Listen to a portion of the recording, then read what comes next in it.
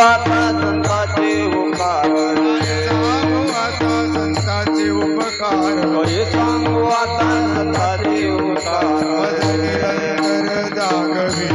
मज निरंतर जागविते मज निरंतर जागविते काय सांगू आता संतांचे उपकार सांगू आता संतांचे उपकार काय सांगू आता संतांचे उपकार सांगू आता संतांचे उपकार मज निरंतर जागविते मज निरंतर जागविते मज निरंतर जागविते काय द्यावे त्यासी भावी उतराई काय द्यावे अशी भावी उतराई काय द्यावे त्यासी भावी उतराई काय द्यावे अशी भावी उतराई तुहा पायी जीव थोडा ठेवी तुहा पायी जीव थोडा ठेवी तुहा पायी जीव थोडा सहज बोलणे हित उपदेश सहज बोलणे हित उपदेश सहज बोलणे हित उपदेश सहज बोलणे हित उपदेश करुणी सायास शिकविते करुणी सायास शिकविते करुणी सायास शिकविते काय द्यावे त्यासी भावी उतराई काय द्यावे अशी भावी उतराई काय द्यावे त्यासी भावी उतराई काय द्यावे अशी भावी उतराई तुहा पायी जीव थोडा ठेवी तुहा पायी जीव थोडा ठेवी तुहा पायी जीव थोडा तुका म्हणे वत्स देऊनीच्या चित्ती म्हणे वत्स देऊनिका चित्ती म्हणे वत्स देऊनीच्या चित्ती म्हणे वत्स देऊनिका चित्ती कैसे मजा येती सांभाळीत कैसे माझा याची सांभाळीत जे माझा याची सांभाळीत काय द्यावे त्याची भावे उतराई काय द्यावे अशी भावी उतराई काय द्यावे त्याची भावे उतराई काय द्यावे अशी भावी उतराई देवी तुहा पायी जीव थोडा ठेवी तुहा पायी जीव थोडा ठेवी तुहा पायी जीव थोडा कुमार कुमाई गोपाळ कुमारी कुमार कुमाई गोपाळ कुमार कुमार कुमार गोपाळ कुमार कुमार कुमाई गोपाळ कुमार कुमार कुमार गोपाळ कुमार कुमार गोपाळ कुमार कुमार कुमार गोपाळ कुमार कुमार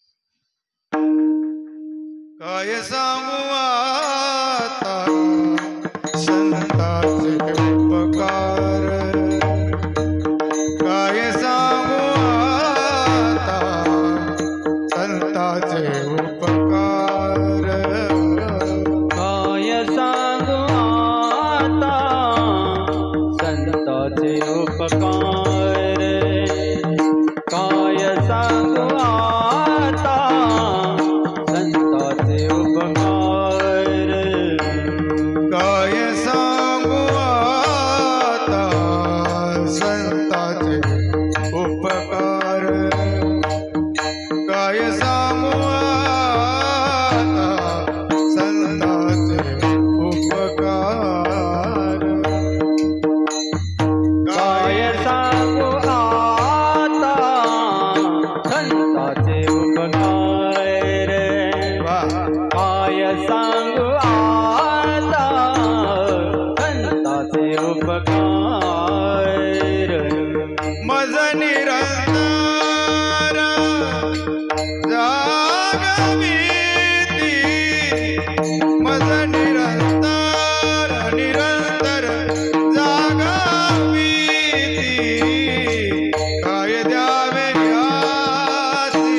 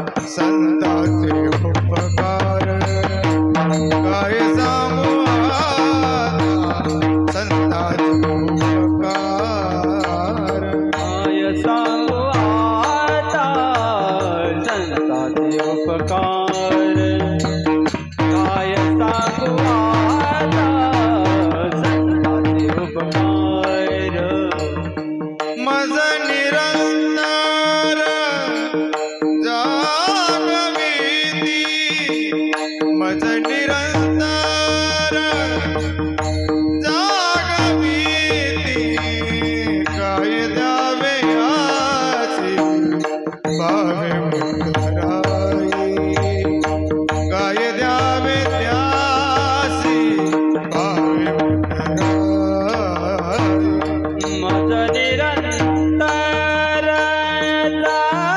जागविते मज निरंतर जागविते काय द्यावे आसे भावे उतराई काय द्यावे आसे भावे उतराई देवी तो पायी पायी पायी पायी जीव थोडा जीव थोडा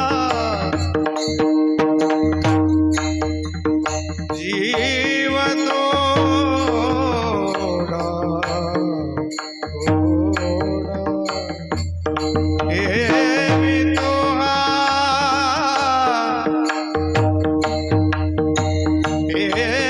देवी तोहा